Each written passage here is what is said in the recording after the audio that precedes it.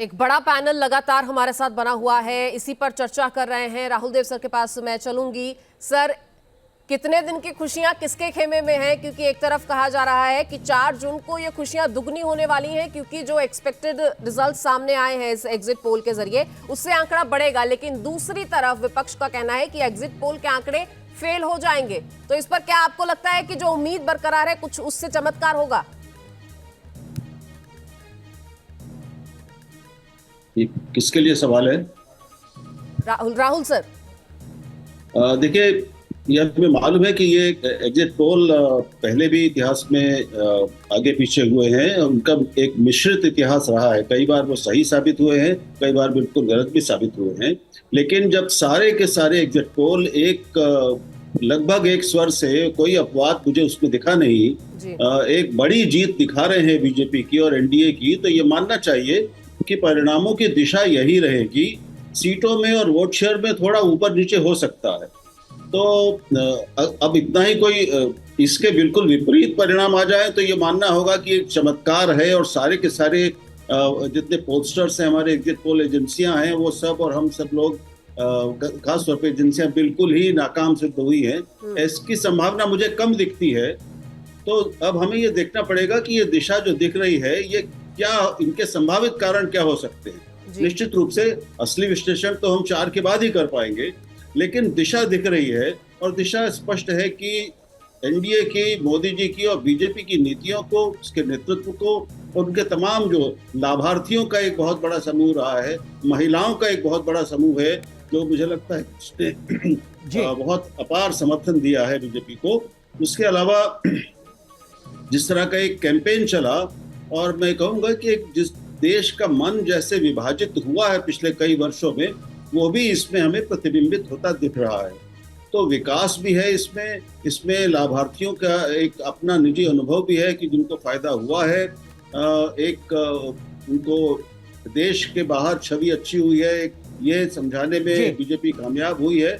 और मोदी जी का अपना जो एक निजी नेतृत्व है, उनकी जो निजी छवि है, उसके बराबर कोई समकक्ष विकल्प नहीं दे पाया विपक्ष जी।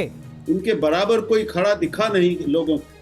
बाकी लोगों में असंतोष भी था, लेकिन मोदी जी के बाद कौन, वो नहीं तो और कौन, ये जो सवाल था, ये मैं समझता हूँ इसने एक बहुत बड़ा काम किया है इन चुनावों। एनके सर, कल एग्जिट पोल के बाद, न्यूज नेशन के सर्वे के बाद प्राइम मिनिस्टर नरेंद्र मोदी ने सोशल मीडिया पर पोस्ट किया, जिसमें उन्होंने भी माना कि ये सब कुछ सही होने जा रहा है। उन्होंने उसमें युवा शक्ति और नारी शक्ति का जिक्र किया था, जिस बात की ओर राहुल सर इशारा कर रहे हैं। आपको लगता है कि ये अपने आप में एक बड़ा फैक्टर है इस आंकड़े का?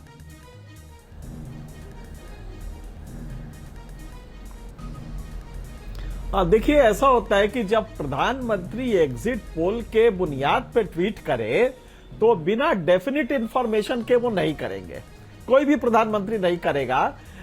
उनका ये जो इंफॉर्मेशन होगा उनके अपने चैनल से और उनका अपना असेसमेंट होगा। क्योंकि अगर मान लीजिए कि जरा सा भी इस पे डाउट होता तो मोदी जी का ट्वीट नहीं आता। हो सकता है बाकी नेता कर दे। अभी आपने बाइट लिया तो बाइट में बहुत बीजेपी के नेता कर देंगे, लेकिन प्रधानमंत्री का जब ये ट्वीट आया तो उसका एक प्लस पॉइंट ये है कि अगर पीएम कह रहे हैं कि युवाओं ने दिया है, तो कल मान लीजिए ये उल्टा हो जाता है तो इसका ये माना जाएगा कि अच्छा, युवाओं ने वोट नहीं दिया, मोदी जी गलत है। तो कोई भी प्राइम मिनिस्टर ये ट्वीट एग्जिट पोल पे ना करता जब तक उसके पास डेफिनेट इंफॉर्मेशन नहीं होती। लेकिन एक बात बिल्कुल सही है जो हमारे बाकी विपक्ष के लोग कह रहे हैं, देखिए, ये सोशल साइंस है, ये फिजिकल साइंस नहीं है, ये फिजिक्स नहीं है, ये टेम्परेचर नापना नहीं है। लिहाजा इसमें हमारी गलतियां हो सकती हैं, लेकिन जब इतने लोग एक साथ कर रहे हैं तो प्रोबेबिलिटी, उसकी जो संभाव्यता होती है वो कम हो जाती है गलती होने की, और ये माना जा सकता है कि रिजल्ट यही रहेगा। फिर भी हम ये नहीं कह सकते, हो सकता है कि गलत हो जाए, लेकिन मोदी जी चमत्कार के लिए जाने जाते हैं। और हम लोग को भी जब ये रिजल्ट आ रहे थे तो हम लोग को भी वही अचंभा हुआ, क्योंकि हम लोग भी एक्सपेक्ट नहीं कर रहे थे कि बिल्कुल चमत्कार के लिए जाने जाते हैं, लेकिन अगर कोई चमत्कार होता है सर तो वो किसे चौंकाएगा और किसके खेमे में खुशी आती है, ये भी देखना होगा। हमारे साथ प्रोफेसर भुवन भास्कर जोशी जी भी हैं समाजवादी पार्टी से। सर, आपके पास भी लौटेंगे।